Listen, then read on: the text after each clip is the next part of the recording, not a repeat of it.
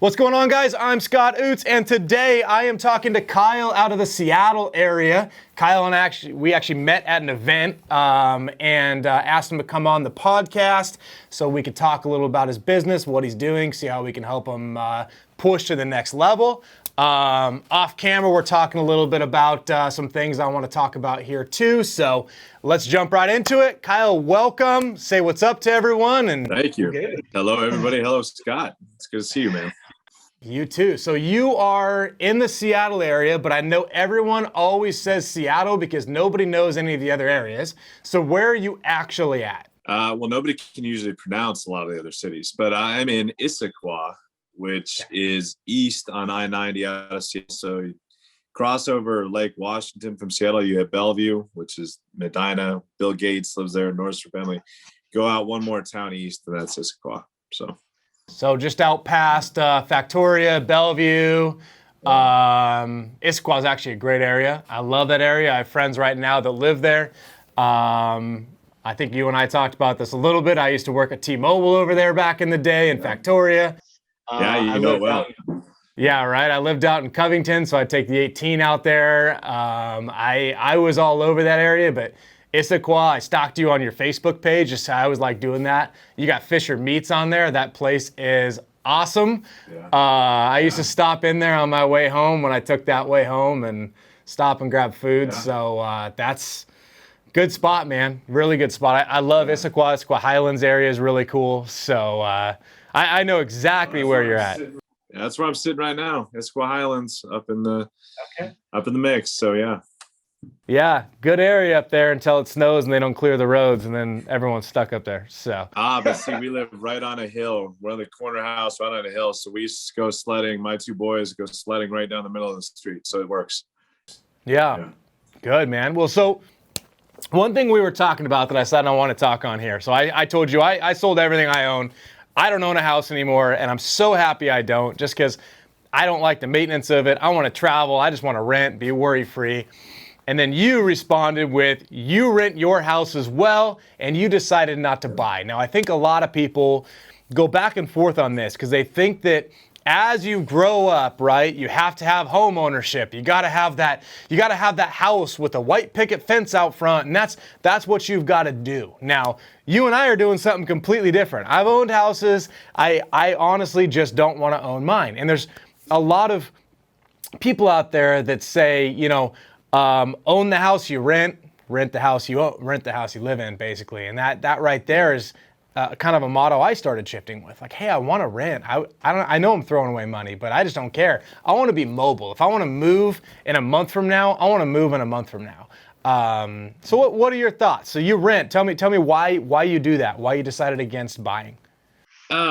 Well, you just mentioned mobility. I mean, we plan on staying here, but I mean, I moved around a lot before I wound up here in Washington State and decided on Washington State. And, we have kids now and they're in schools and they have friends and they play on sports teams and, all that. So you'd want to keep around that. But I like the idea of being able to move. And up here, prices have gone the way they've gone that, I think I mentioned to you that, to buy the house in my neighborhood right now, our exact house would cost me probably about $6,000 a month in a mortgage payment, where right now we're paying less than half that to rent it.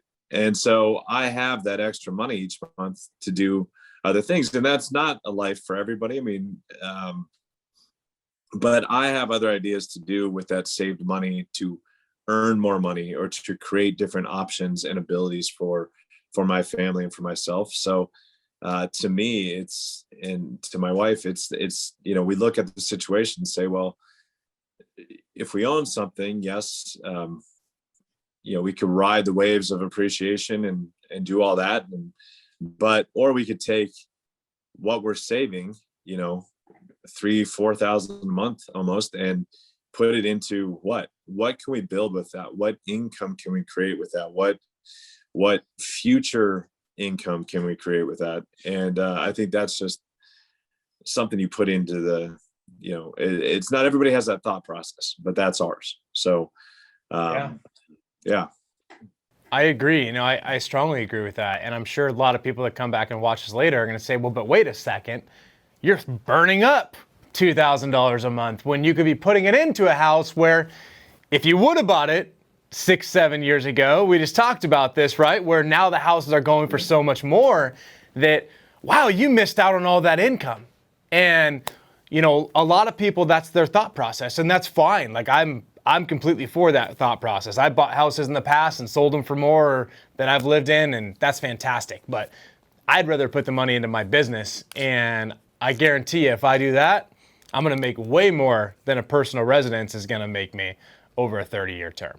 Well, and that's my view on it too. And again, it's not everybody has that thought process, that education, that storyline playing through their head. I mean, I was raised by a dad who grew up on a game farm in Northern Illinois, and he worked his butt off, and my parents still live in the same house they bought in 1975, and it's been paid off for years and years and years. I mean, they bought it for $42,000, and you know, and he doesn't do much else. It's work. It's, you know, put a little bit into long-term companies in the stock market, like, you know, a Disney or a IBM, and that's life. But I think the internet and times have changed quite a bit, where people are now seeing a different view and a different way of doing things. And, you know, there is a little bit of instability with renting. Like at any point in time, our landlord can decide, hey, I'm going to sell the house and take a chunk of money and go do this. And then we're looking for something else like that. That's a possibility, but you sort of hedge your bets with that. And, you know, I think, you know, a great example is our neighbor that I'm looking at out the window right now. They're 2 houses up, and across from us, it's a 1,700 square foot house. It's 2003 original. The only thing that's ever been changed is a little bit of the kitchen. It just sold for $980,000. It would have been great had we bought this house in 2015 and 2016, somewhere in there, and bought it for, you know, 700,000, 600,000. We could have, you know, been in there. I guess it would have been a little bit lower than that. Probably high fives, low six. It would have been great to make that much, but it's $300,000. You're paying taxes on that. You're paying to sell that home and all the fees that go along with it. So then what are you actually pocketing? You still had to put money into it as far as upkeep and everything else like that you put into it, property taxes, all that stuff. I remember property taxes on that house is probably $6,000 a year. You know, so once you add all that up and it's subtracted from the nut you made from it, yeah, there's a lot of people making a lot of money right now who bought their homes past couple of years, and you know, we're up 30-40% up here right now.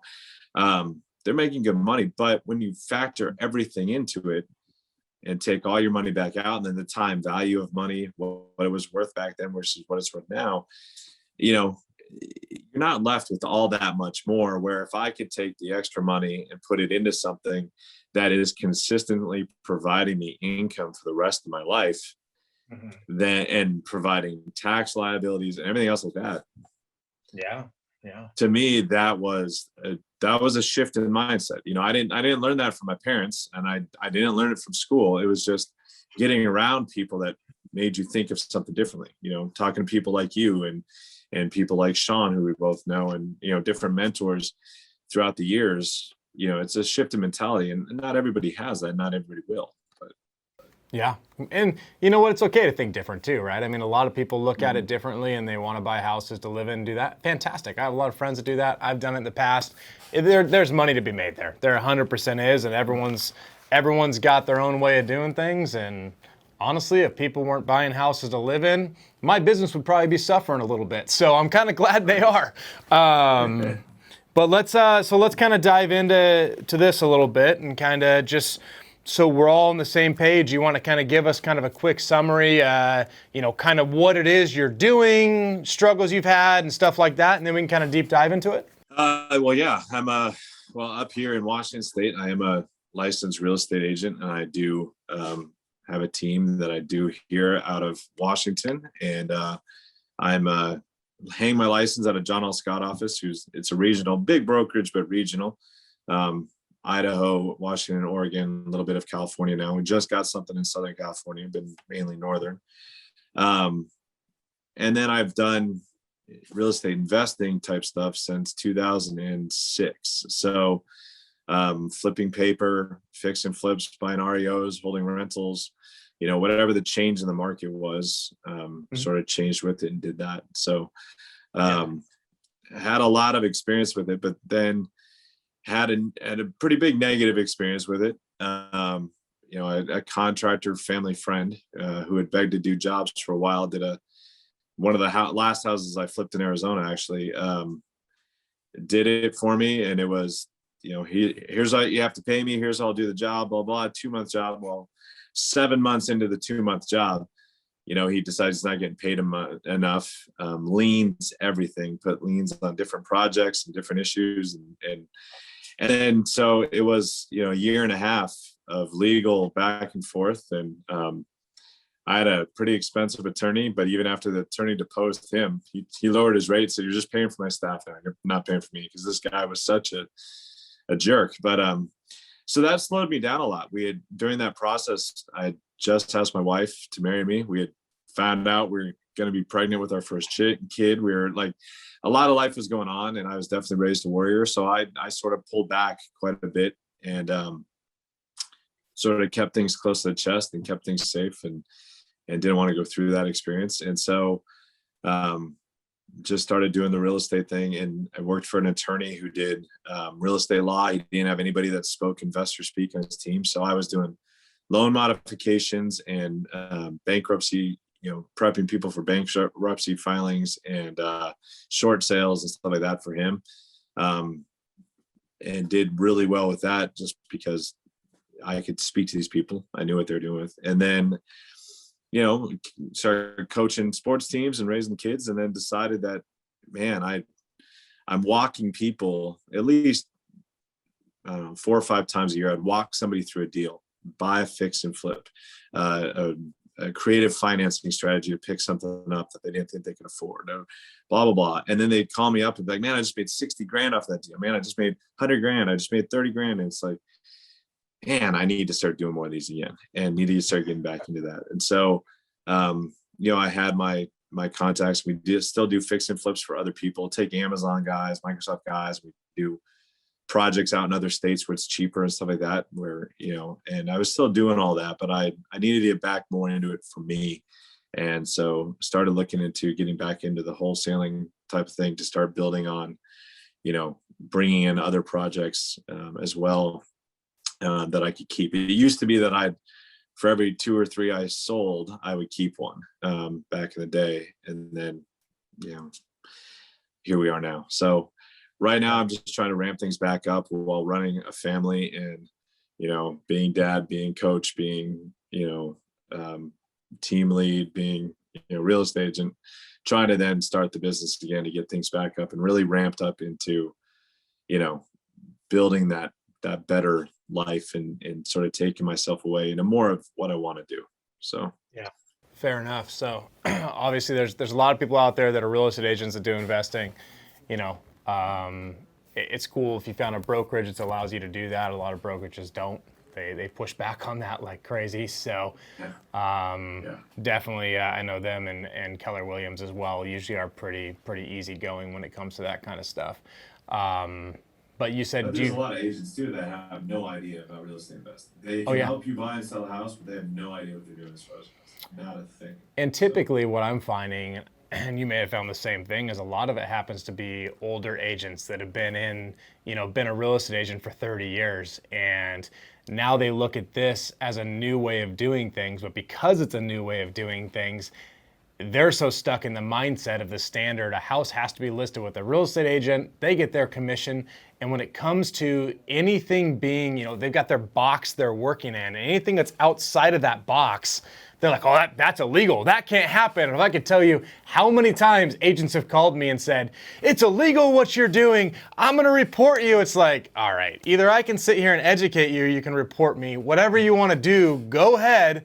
It wouldn't be the first time I've been reported, and it wouldn't be the first time that I've passed everything that they try to say. So, when you start looking at agents that are open to different ideas of doing things like yourself, those agents go so much further, because you're not just looking at what fits inside this box, You're looking at how can I expand that box to be able to put more and more things inside of it to be able to make money on multiple avenues. So, while a standard agent might make 80 to 100,000 a year, you could very easily make 400 to 500,000 a year because you're not focused just on that one thing. You're not so tunnel visioned, and that's fantastic. And I'm seeing more and more agents actually open up to the idea of different possibilities. And as I start to see that, I see them start to make a lot more money. And even the agents we partner with in our area, I mean, we partner with a team, 2 guys, great dudes.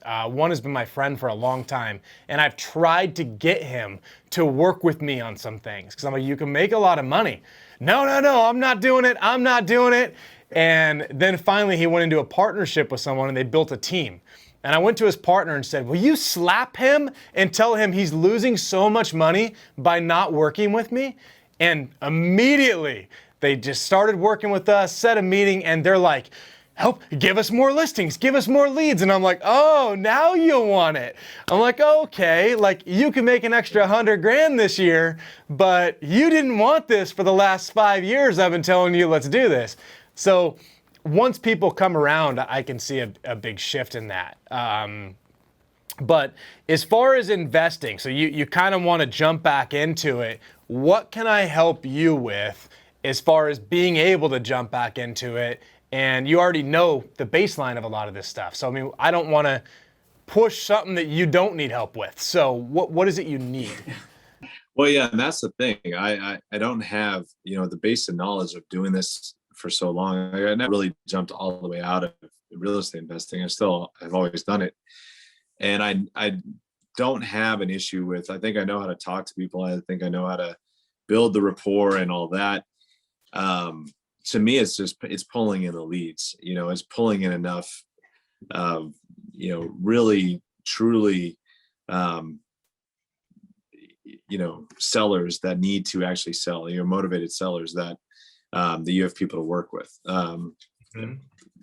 That's been my biggest issue, especially up here. I mean, I know a couple of guys that do pretty well up here, but again, I'm not limited to here. I've done Indiana, I've done Michigan, I've done North Carolina, I've done South Carolina, I've done Arizona, Nevada. I've done deals in all those places, and I know agents in all those places. I know property managers in all those places. I know all that. So the sort of the ins and outs of the business, and obviously there's always more to learn.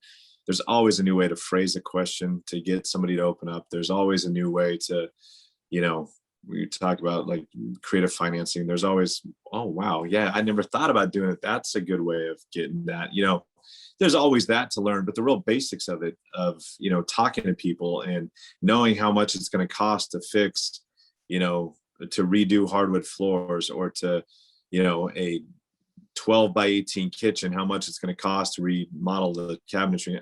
I know all that, and I can go through that. And I know all the taxes and the fees and the cost of doing things and it's getting in those leads. And so that's where, I've reached out to people that I know are good at that.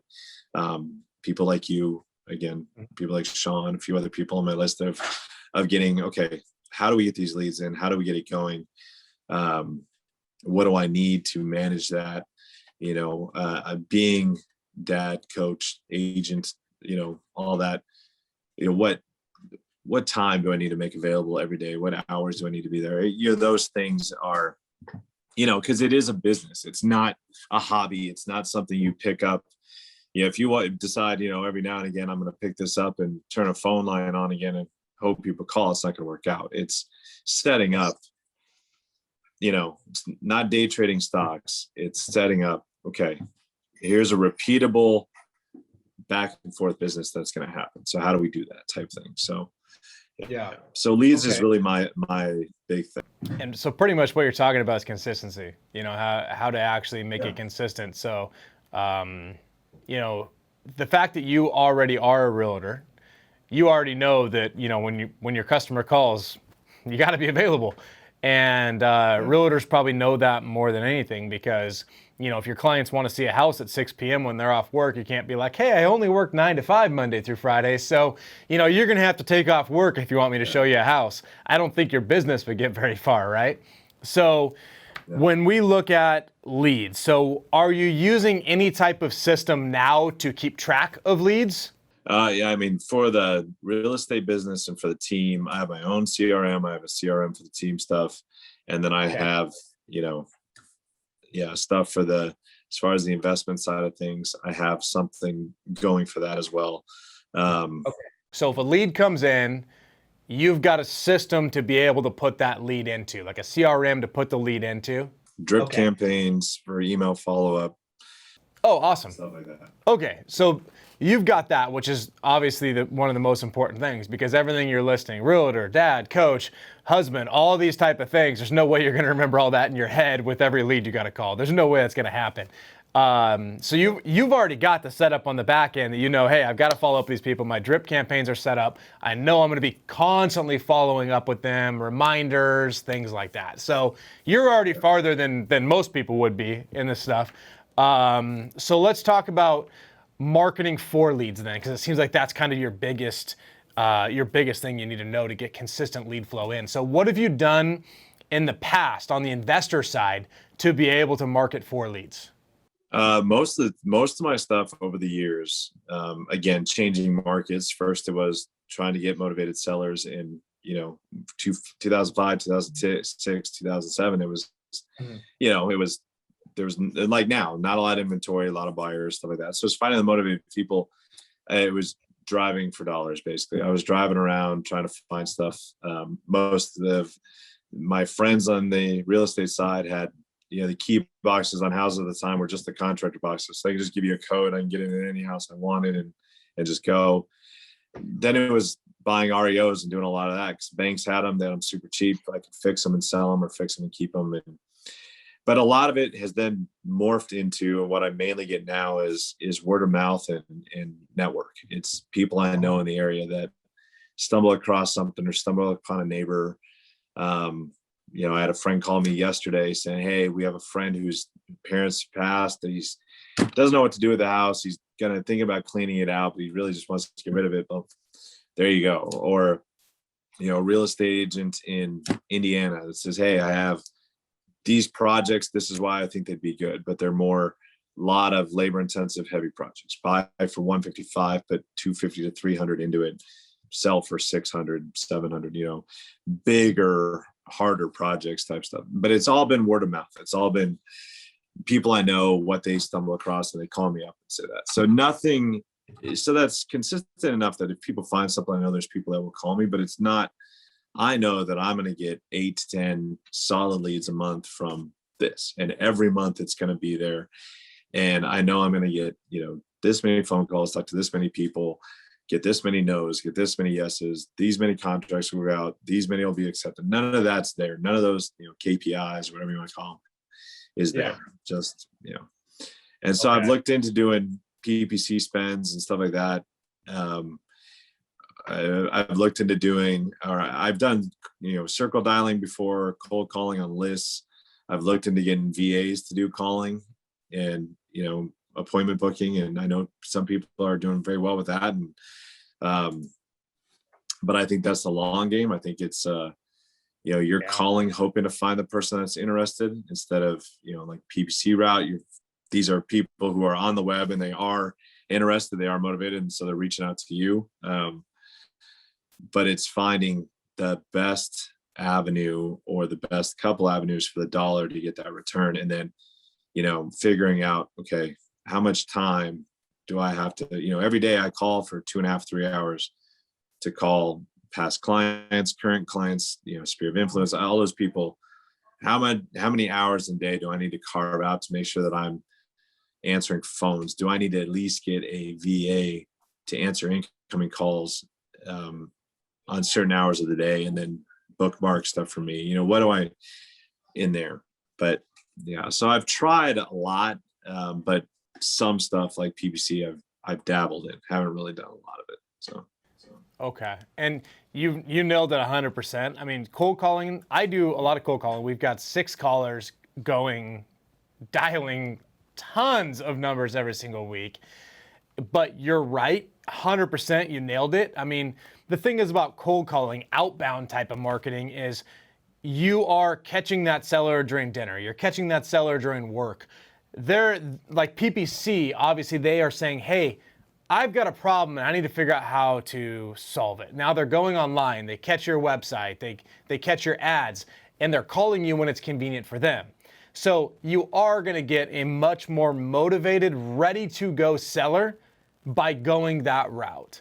But a lot of times you're gonna find that route's also significantly more expensive than going like a cold calling route. Because a VA calling, I mean, you could get a VA calling for a decent price where they are generating leads in, but they are more of a nurture lead. We found that as we started cold calling, you know, everyone always wants that instant gratification, right? It's like, if my guys start calling tomorrow, I better get 10 leads in and I better close a deal. It's like, well, okay, slow down, because that's not gonna happen, right? I mean, it could, but in most cases, cold calling is gonna be more of that nurture game where you've gotta follow up with them through drip campaigns and calls over the next 30 days, 60 days. But as you continue to do it, then you start finding out then it is producing each month because you've gotten past that nurture period. So I do really like cold calling for that reason. I do feel like we bring in a lot of money from it. But PPC, direct mail, any type of thing where somebody is calling you, you definitely get a more motivated seller. And I love PPC. Like if we look back to like 2015, before Google started screwing with all their algorithms and all that kind of stuff, that stuff is just like way over my head. We were, I mean, 99% of our business was pay-per-click. And I loved it. Like, it's hard for me to explain to my sales team now what pay-per-click was like back in 2015. They just don't believe me. Like, the phone rings and it's like, hey, Scott, I saw your ad and I want to sell my house and I want to sell it at a discount and I want you to buy it today and I'll even sell it cheaper if you buy it today, like that kind of thing. That was literally like our calls. And I'm like, these are easy. Like I'm just locking up contracts like crazy. Then you started getting more and more competition. Then you started getting algorithm changes that just change things. And PPC is about 20% of our business today, given we're marketing on a much larger scale today than we were then as well. But it's crazy how things change significantly. Pay-per-click is still a very motivated lead source, but it's also one that if you don't manage it very closely, you can burn a lot of money on. And I've had some friends that forget to set like max budget on things.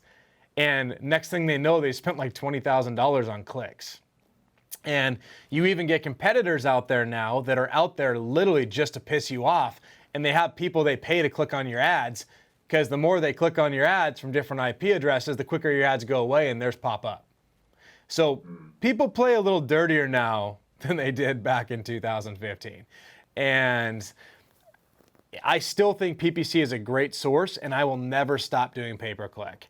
But it is significantly less revenue now than it was at that time. So what I was looking for, not to cut you off, but what I was looking for is, you know, that was one that I was thinking about because I was looking for, okay, what can I get? How can I find the most motivated people coming in first that I can get 1 or 2 or 3 deals done? Because I don't need the money from the deals necessarily to live on, but I could put back into a business to get other people involved, VAs or an in-house assistant or whatever else, to build up that infrastructure of actually growing something. So my goal was, what avenue or avenues can I put some money into now that I may be spending a little bit more, but the return will be a little bit quicker, so that instead of going like this, I can go a little bit more like that, you know? Yeah. And that probably would end up being something like pay-per-click, because I mean, depending on whether you have somebody manage it or you know how to do it yourself. I mean, if you're doing it yourself, you're going in and adding in negative keywords every day. You're looking at the campaign, or if you have somebody else do it, you set it and forget it, and that's nice as well. But pay-per-click is one of those things that, as long as you have the website up, people are going to be finding you. And if you needed to pause it, you could pause it. I personally, for me, I love direct mail. And over the past couple of years, a lot of investors have stopped it just because they're like, oh, it's too expensive. Well, I mean, my number one return is direct mail. And everyone's left it, which has been fantastic because there's way less competition. However, texting is something that's been very popular over the last few years, and that is starting to really come to the end of its lifespan. Texting is going to die off. Legal texting is going to die off quickly. Now, that doesn't mean people are going to stop doing it, but people are going to start getting sued, and they're going to start getting into a lot more trouble from it. So as that happens, a lot of people are going to start shifting back to channels like cold calling, direct mail, and things like that, which is going to raise up that competition level. So if you started something like direct mail now to some niche type of lists, you'd probably see a pretty good return from those things. You're in a market that's very hot. I mean, all of us are, but the Seattle market is very hot, kind of similar to the California market right now. So the thing is sellers, because it's all over the news on how hot the market is, it throws another roadblock into our business because they look at it and say, Scott, why would I sell to you for $400,000 when I can list this thing on the market and get over asking at $500, $550 for the house right now? And that's some of the pushback that we've received, right? So it's a whole new set of objections we have to start working around to get the seller to understand that, hey, yes, on the market you do have that. You could get the offers higher, but once they get the appraisal, they could very easily lower that. If they're qualifying for a mortgage, you are going to have to do some repairs. You are going to pay realtor commissions, closing costs, all these type of things. So it's almost changed our conversation a little bit with sellers. But as far as, getting leads in the door, I would strongly say, number one, if you can keep getting those self-generated deals from other people, word of mouth, you're never going to beat those because there's no marketing cost to that, right? But that's only going to get you so far till you get to the point where you're like, all right, my friends aren't bringing me any more houses, and I've got to start looking at other options. So direct mail is definitely a really good way to go. I've spent a lot of time doing split tests on direct mail, like letters with a picture on it, letters that are a different color, envelopes that are a different color. And honestly, postcards have been the best return for me. And it's simple and easy. They're cheaper.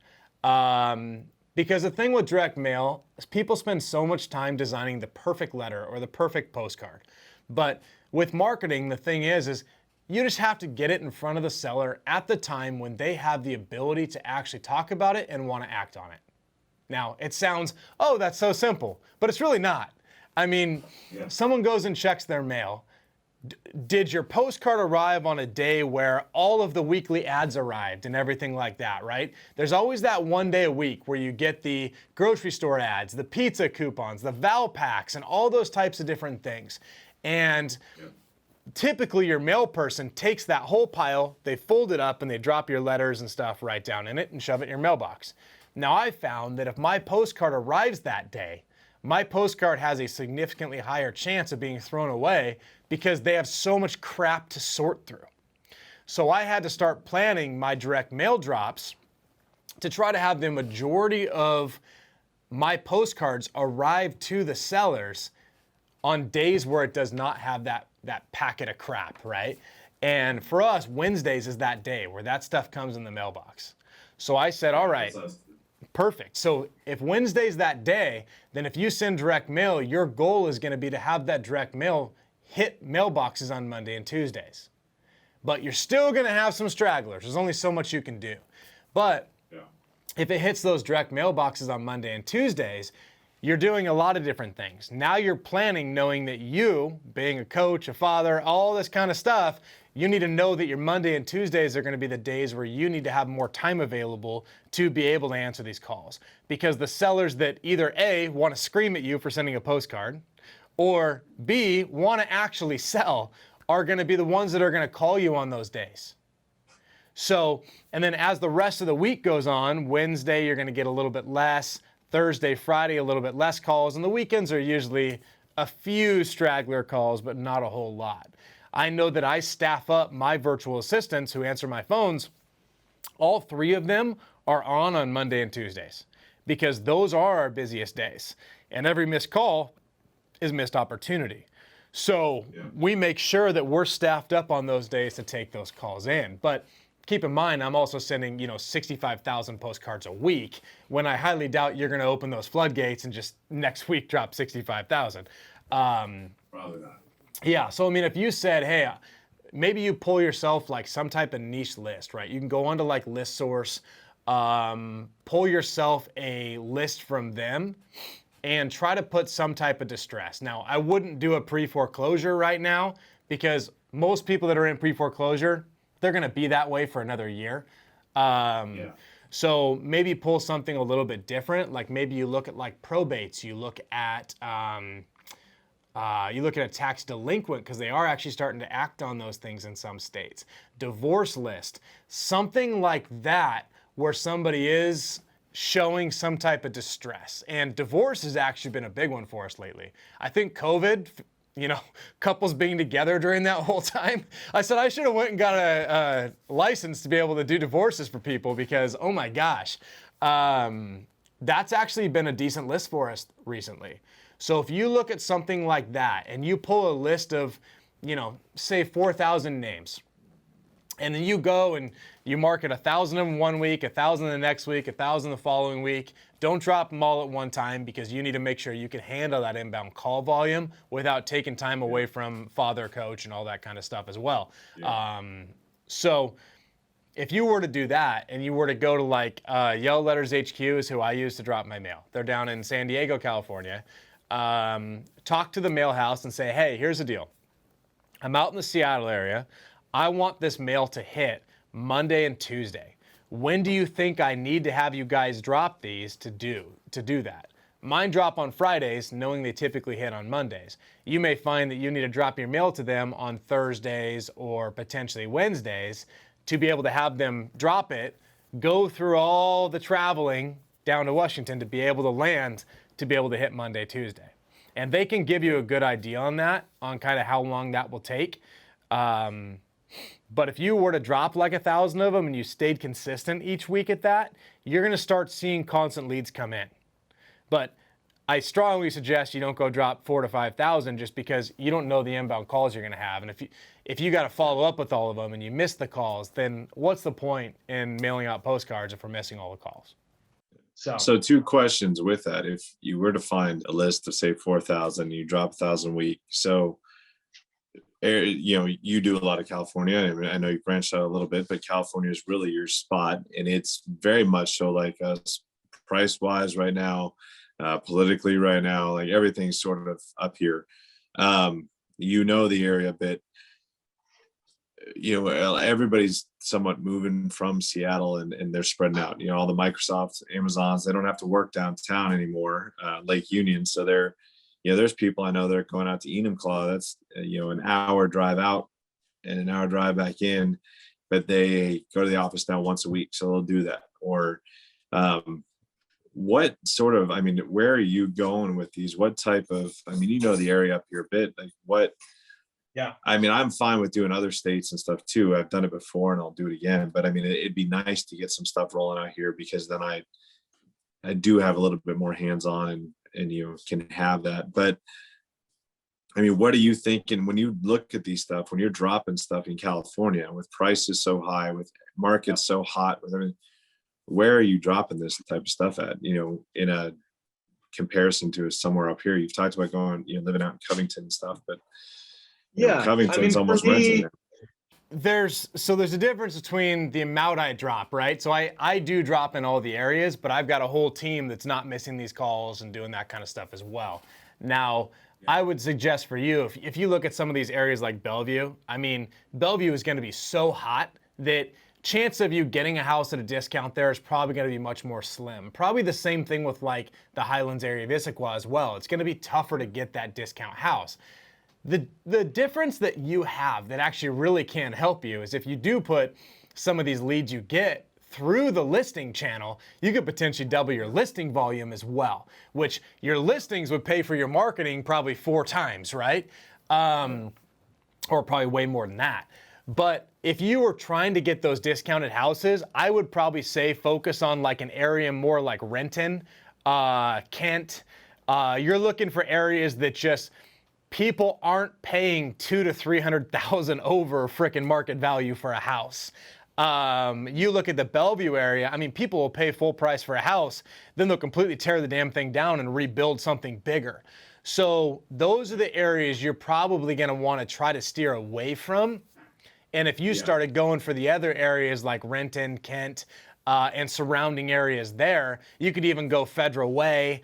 Look at those places where the housing prices are a bit lower, the areas where there typically is more of a distress. You want to look at jobs, right? You said Microsoft, you mentioned that. You got Microsoft huge around that area. It's literally around every corner. Now, that's a very secure job for a lot of people. So they're not doing layoffs. They're not doing things like that. Now, if you look at areas where more distress hits, where there's more potentially factory workers, there's more companies that have been hit harder where they've had to lay people off. That's probably going to be more of the Renton, Kent area than it would be a Bellevue or a Woodinville. You could even go Everett.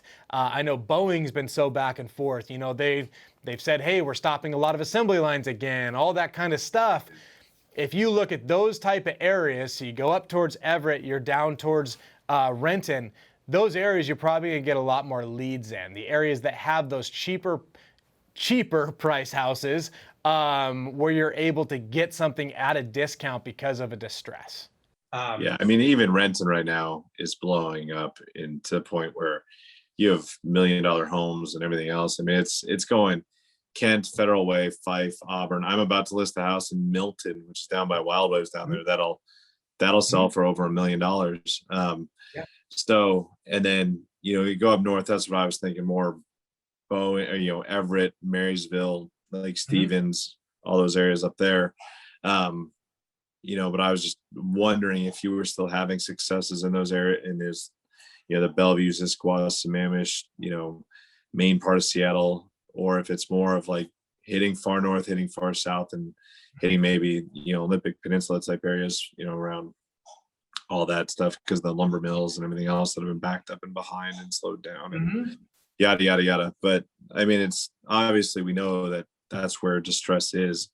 But yeah, with all the stuff that Microsoft, Amazon, all those people, they're moving a lot of their stuff to South Center and, all that area. I mean, they're building huge campuses down there now and things. So that's going to change dynamics quite a bit. And I think as soon as they lift this eviction moratorium, it's going to open some things up in Seattle, because I think there's going to be a lot of landlords wanting to sell and get out of Seattle with rent control talks and everything else. But so again, with that, with the list, hitting those areas, looking more in that stuff, totally understand that, you get that. As far as, pull a list of 4,000 names, mail 1,000 each week, just as an example, easy numbers. How long do you keep repeating that list before you bring in new lists? So I'm typically going to mail the list 6 to 8 times before I refresh the list.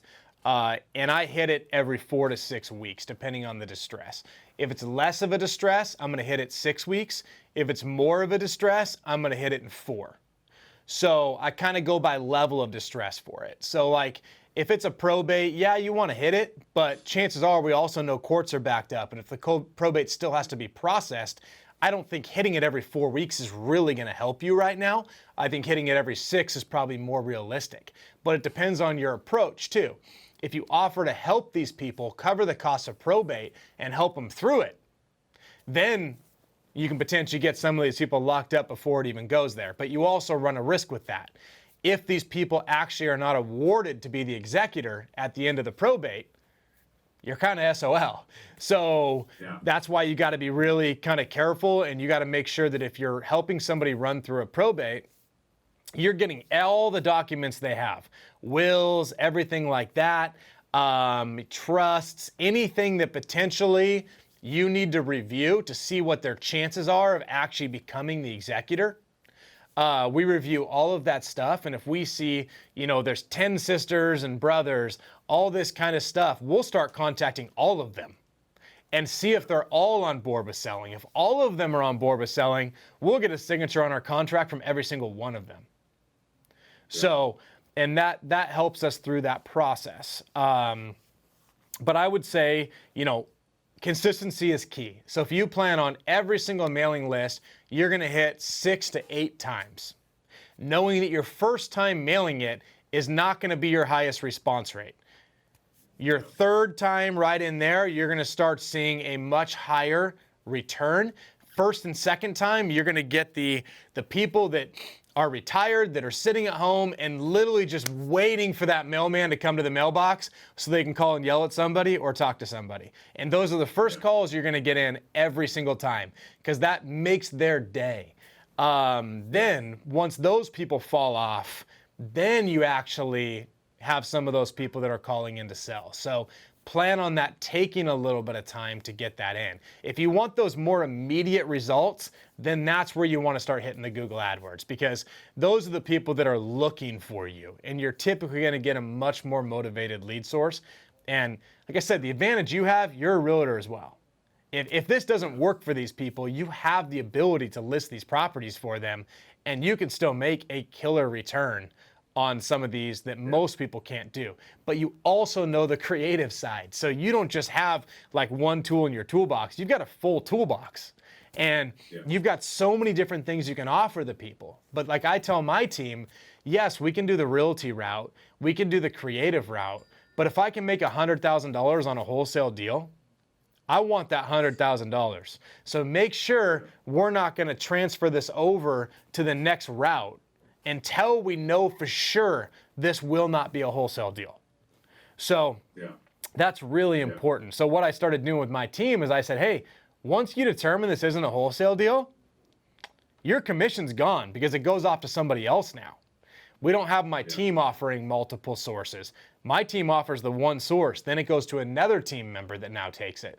Because I realized when I took away their ability to get commission, once they say, oh, it's not gonna work, if I say, well, your commission's not going to happen, then it's going to the next person, they happen to try a little bit more on those leads. Just try a couple more times because they don't want to lose it. So PPC is going to be your mostly motivated people that potentially could get you a return very quickly. But then you look at direct mail, it is going to get you a return over time being more consistent, or if you're more consistent with it. So, and as far as like the housing prices you mentioned, I mean, we market to a lot of very high-end areas. And the thing to consider is, yes, you might get a little bit less of a response rate on some of the higher end areas, but if someone is motivated to sell, they're motivated to sell. And if they have a situation they need you to help them solve, they're typically not going the standard listing route. They're typically looking for people like us. So I wouldn't necessarily knock those areas out because you may end up with a much larger wholesale spread or something, or a much larger fix and flip spread if you're willing to do that on some of these properties. So don't count them all out because some of our largest spreads have been in areas where we're like, oh, I don't think anyone's gonna do this. So make sure that you continue with that. Yeah. I think it's right now for me, I think it's, it's being a little bit more targeted, being a little, I don't want to narrow down options too much. I mean, I'd love to get stuff here because like you said, and I tell my team I talked to a woman yesterday who just wanted to try to get into real estate. So she talked to a friend of mine who said, hey, call this guy. And so she interviewed me yesterday. I said, look, she's like, well, one of the things I need to know. I was like, well, one of the things you need to know is change your mindset that every time you talk to somebody about selling a house, you got to think, am I going to buy this house myself? Am I going to fix and flip this house? Or am I going to list this house in the market? Like those are the steps you take through first, and listing it is the last one you think about doing, sort of like what you're talking about with this. And you're right. Here, I am a licensed real estate agent, so I can list something anywhere here. So even if I'm not right for them and for wholesale or fixed flip, and it's not something I want to buy, then I can still solve an issue, hopefully, and get it on the market and list it.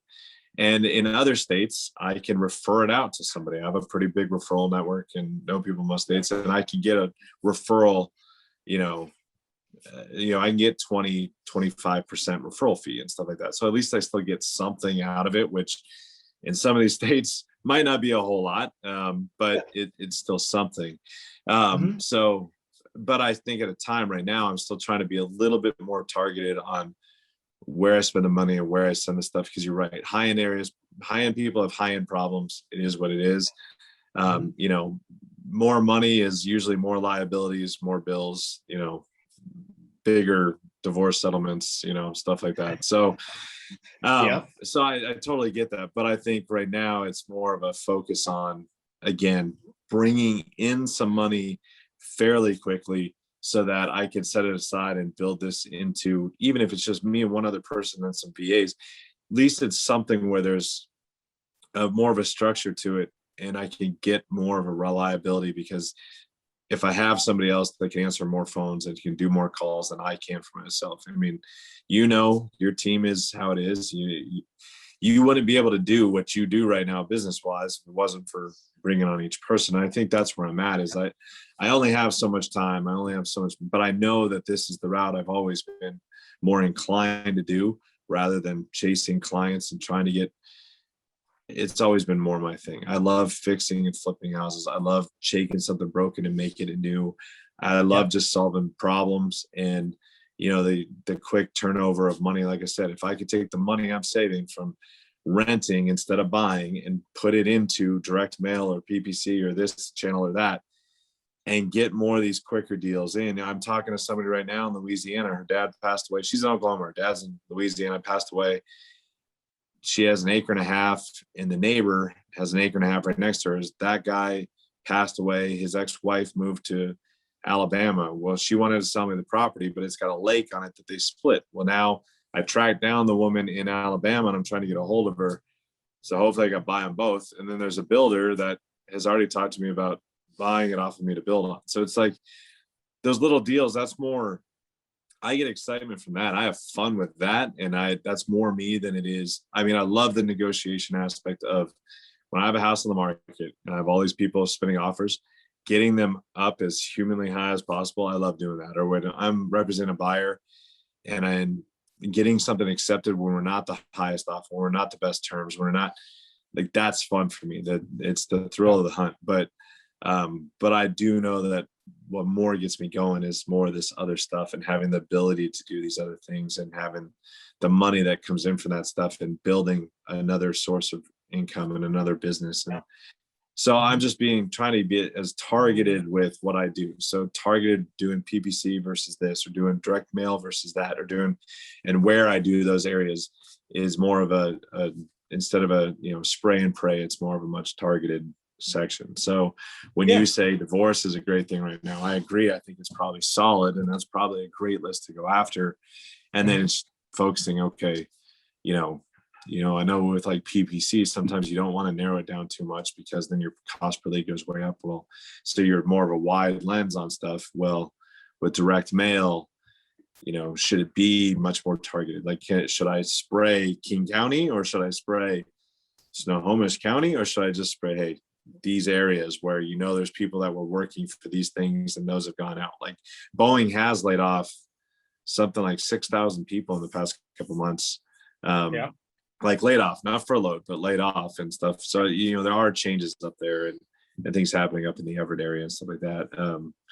So yeah, definitely don't go countywide. I mean, you're not there yet, right? I mean, if you went countywide, you would never be able to answer all the calls. It'd be absolutely crazy. And definitely do pockets right now, and then expand yourself. Like for me, you know, as we started expanding, I think we're about 65 miles radius around our office right now. So we just keep going out, but we also have the team to do it. If I would have started mailing all this on day one, there's no way in hell I would be where I am right now, just because I would have missed 90% of those calls. Because leads would fall through the cracks, you know, you'd have that leaky bucket. The thing you could do as well, and it's just a suggestion, is, you know, if you set up a call flow, like maybe CallRail or something, where you can have a call flow on your inbound calls, you could have them maybe ring to your phone for a certain amount of time, like maybe 3-4 rings. And then if you don't pick up, you could even talk to your wife and say, hey, if I can't pick these up, can I give you just enough knowledge in this that you could at least be a voice behind the phone and schedule an appointment for me, where you're always that primary, but just in case, if she's available and she picks up, it could be an appointment that, you know, you maybe would have missed.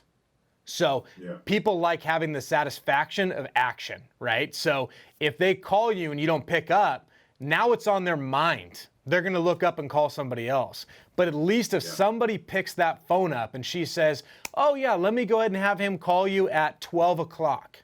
Then at that point, they feel satisfied because the person has a solution to their problem. So that's something to consider. And I know obviously you've got kids and stuff, so she might be like, no way. But it might be something that you at least consider, because some type of voice answering that phone versus a voicemail is completely different. And you're going to see a lot better return on KPIs by having somebody answer that phone. Yeah. And I have a couple, like I said, team members that I can shift some of that function to, when it's just like, look, you don't have to get in depth. Just get a name, get a number, get an address, and tell them a time. And then, I can get on the phone. I'll make that happen. So that's and I've used CallRail for a long time. So that's a good one. Yeah, you can do some pretty unique stuff. I mean, on that call flow, you can do some very unique stuff. So you could even do like, press 1 to be removed from our mailing list. Press 2 to talk to us, to have the call go through to us, something like that. And a lot of people will press 1, it takes them right to voicemail, and it just says, please leave your name and address and we'll get you removed. And you don't have to talk to those people. But there are some people that just press that just for the heck of it because they don't know what you're offering. So I don't like doing that, just because I'd rather talk to someone even if they're going to yell at me.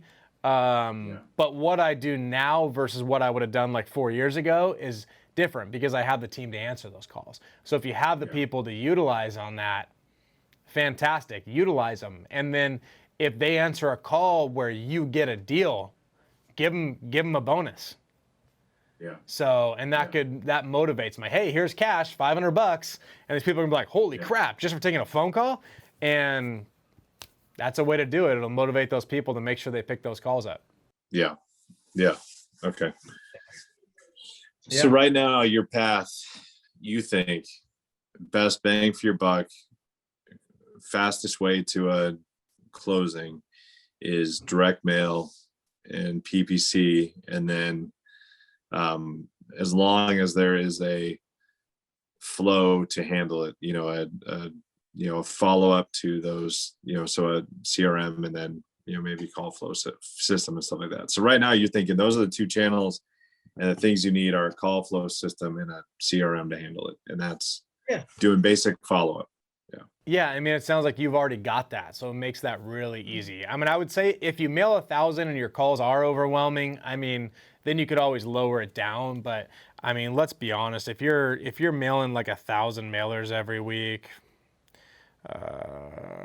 I mean, you may only get 10, 15 calls anyway. So I mean, you might find that's not enough.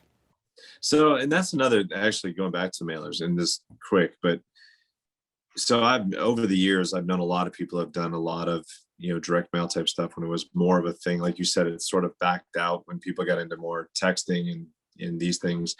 But I've known a lot of people have done it over the years, and I know people have done it in Washington State and have done it in Arizona and have done it in, Missouri, and have done it, California, all at the same time. And they're like, I have to send 10,000 letters for somebody in Washington or California to give me a call, where I can send 1,000 in Missouri or Arizona, somebody gives me a call.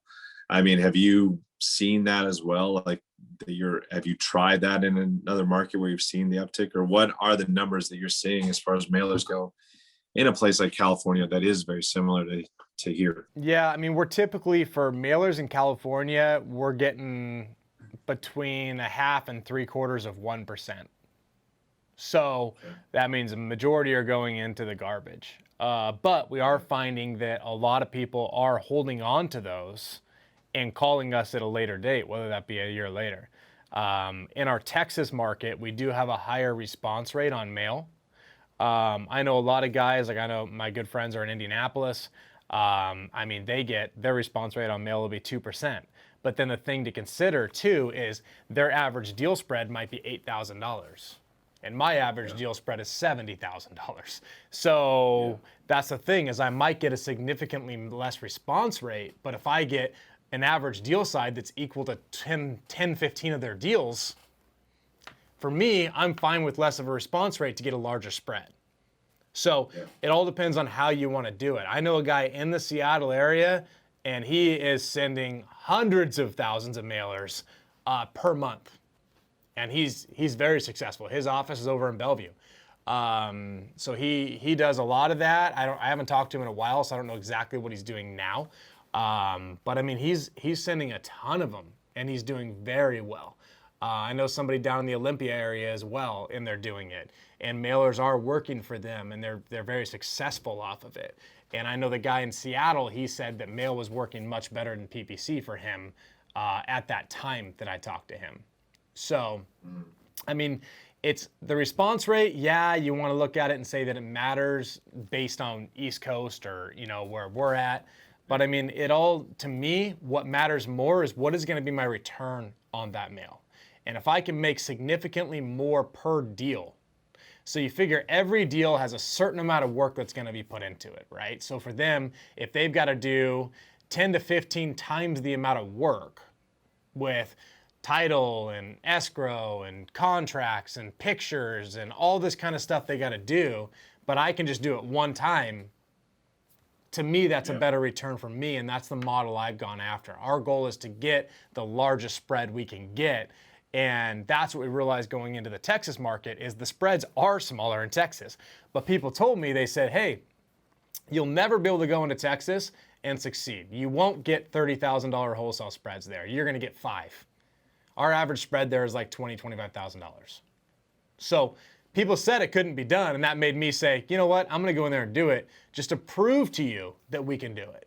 Now, can I go into Indianapolis and do the same thing? Probably not, because the prices of houses are much cheaper. If you got a $60,000 house, you're not going to make $60,000 spread. It's just not going to happen. So, but just start it and start being consistent.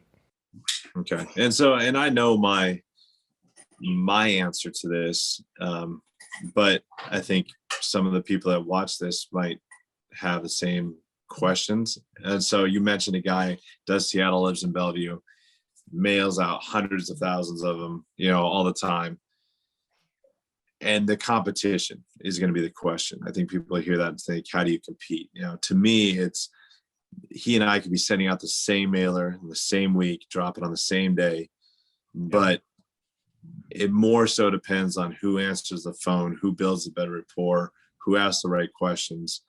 Like, how do you feel about that as far as competition in these markets and you know, going up against, you know, Scott Oots when I'm first person out the, you know, just doing it out the gate in California? Here's the thing. I could literally write down exactly what I am doing and go hand it to all of my competition. I could go do it. They wouldn't compete.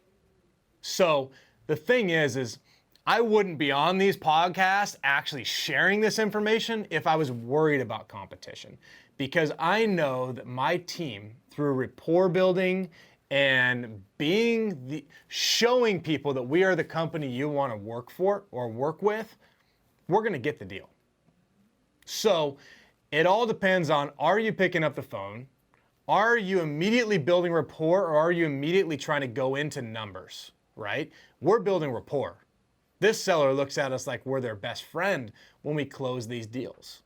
And we've had people send us like gift baskets afterwards because they look at us like we really helped them out of a jam. And that kind of stuff, I mean, our competition's not going to touch that, because they're spending all this money on marketing, and then they're like, so you want to sell? Okay, how much do you want? Like, that's what they're doing. And those people, you will beat out every single time. And I will tell you, that person that I know, if you do what I just said, you will beat that person out. Yeah. So, well, and that's the thing. Before there was a Scott Oots, there was somebody else, right? Before there was this guy in Bellevue, there was somebody else. So, and everybody had to start somewhere. And so, you know, I think what you're saying is it's not how much money you're spending and not how many, but it's how you're doing the business and what you're starting with. And, you know, are you trying to actually solve that problem, get to know those people, understand that and build that rapport and then solve it? Or are you just like great, you're calling me, you want to sell, great, here's how much money I want to make, and breathe fee breath all over them. But yeah, so you're saying it's all about how it's handled. And And you've already talked about things that are going to help you, right? You've mentioned a couple times, father, coach, husband. You got to be relatable to these people. So as you're talking to them, remember, seller talks, you shut up immediately. But you're relating to them with these stories. You're talking about coaching, and you're talking about things like that. Maybe this person's going to their grandson's baseball game and you happen to coach baseball. And then you say, oh my gosh, do you like this too? And you start talking about that. And next thing you know, this guy remembers you as the relatable person, the person that didn't just care about a bottom line. You actually talk to the person. Now there's calls we'll get off of or we don't even talk numbers. We spend the whole time building rapport. And then we'll call the person back like the next day and be like, oh my gosh, I totally forgot to even ask you how much you wanted for your house because we just got into talking. And then you built the friendship with the person. And now they're like, oh my gosh, you're right, we didn't even do that. And then you guys laugh about it and then you go into the numbers. But most of these companies, they're in such a hurry. They're basically, what they want to do is the call comes in and they have a tree that says, does this person want to sell? Yes, this happens next. Does this person want to sell? No, trash, right? And if you throw that out, you know your base process, but your goal is this person calls in, build rapport. Then do they want to sell? Then you start going through the process. And if it goes no, then you say, okay, is it potentially a creative deal? Yes, no. Okay, is it a potential listing? Yes, no. And then you start going through. And the yes side they want to sell. And you go through and determine what your process is going to be there. You're relatable as a family man. You're going to go further. I hear my sales reps in here. He talks about his son all the time on calls because he's relatable to these people. And these people love hearing about it. It's Sales 101. I always throw the example out. There's identical car lots across the street from each other. You go over to one of them, the salesman looks at you like, he's not going to buy. And he just comes up to you, what can I do for you? Right? He just doesn't seem like he wants to show you the car. You go across the street, now that person, the car might cost an extra $2 to $3 grand, $5 grand even. And the guy says, hey, how are you today? How's your day going? What can I help you with? What can I show you? How can I be of assistance to you? You're gonna, in your head, you might go, damn, that guy was $5,000 cheaper.